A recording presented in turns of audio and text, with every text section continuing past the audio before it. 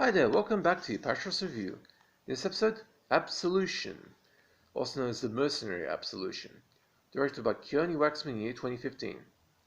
Hi there, welcome back to Apatros Review, your guide to the wild world of science fiction, action, horror cinema with me, your host, Milo Sipka. If you want to spell my name, just go to the channel name. Now, in this episode, we look at another Steven Seagal film, except this one actually was a theatrical release, believe it or not. Now, it's a co-production between Romania, the USA, and Ukraine, and had its theatrical release in the USA on the 15th of May 2015. In the UK, it came out on DVD on the 18th of May 2015. In Japan, it came out on, I think, theatrical on the 21st of February 2017. And the Finnish, that's Finland, had its TV premiere on the 14th of November 2020. This is actually the third film in a series of films that Steven Seagal did called the John Alexander trilogy. The first two were Force of Execution and The Good Man, neither of which I've seen. And this is the only one I'm reviewing of that bunch. Now, Seagal makes a return to the theatrical circuit with his technically competent but otherwise unexceptional and altogether rather bland Greyjack Actioner. Greyjack Actioner is the term I coined to describe B films featuring aging action stars well past their prime doing these films purely to pay bills. From Seagal's favorite post-millennial director Keoni Waxman. This is also the third time Seagal and co-star Byron Mann has teamed up in the film, following Belly of the Beast and A Dangerous Man. Expert CIA mercenary John Alexander, Steven Seagal, and Chi, his loyal sidekick from the Tongs, Byron Mann, have just completed a job wiping out an Afghani arms dealer for the company when a mysterious woman bursts into the nightclub they're celebrating in and requests their help, claiming to be on the run from the man who killed her sister. John and Chi initially refuse to get involved, but when the man in question turns out to be a British crime lord known as the Boss, no, not Bruce Springsteen, Vinnie Jones, and is involved with the same CIA controllers who use John and Chi's services, the pair realize that they've stumbled onto something that they seriously need to rectify, otherwise they'll likely end up being liquidated permanently. So the Mercs, along with the woman, go on the run.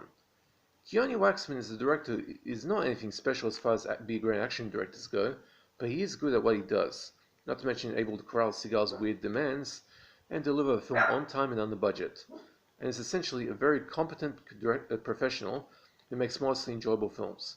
Waxman's works with Seagal tend to be the better films of Seagal's personal filmography, and compared to the utter dreck that we saw from Seagal more than a decade ago during the 2000s, this is pretty damn good by those standards, although ultimately just another average Steven Seagal movie.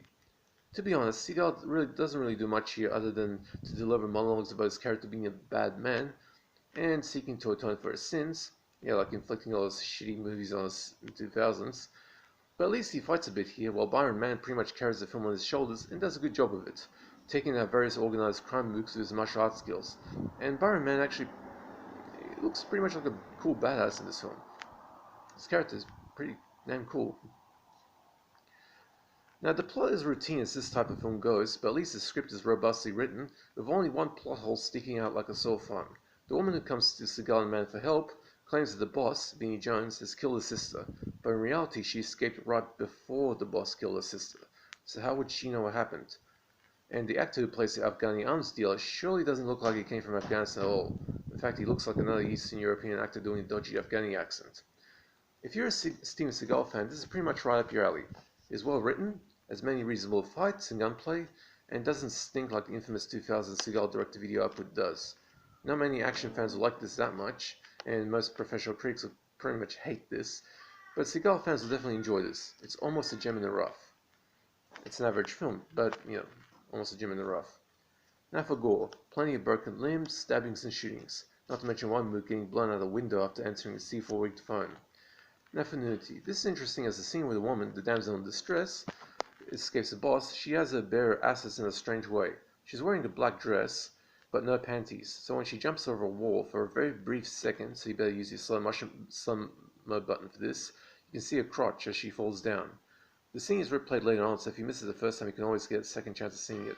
The woman is played by Adina Stedku. Now, Absolution gets a C, a 4 out of 10.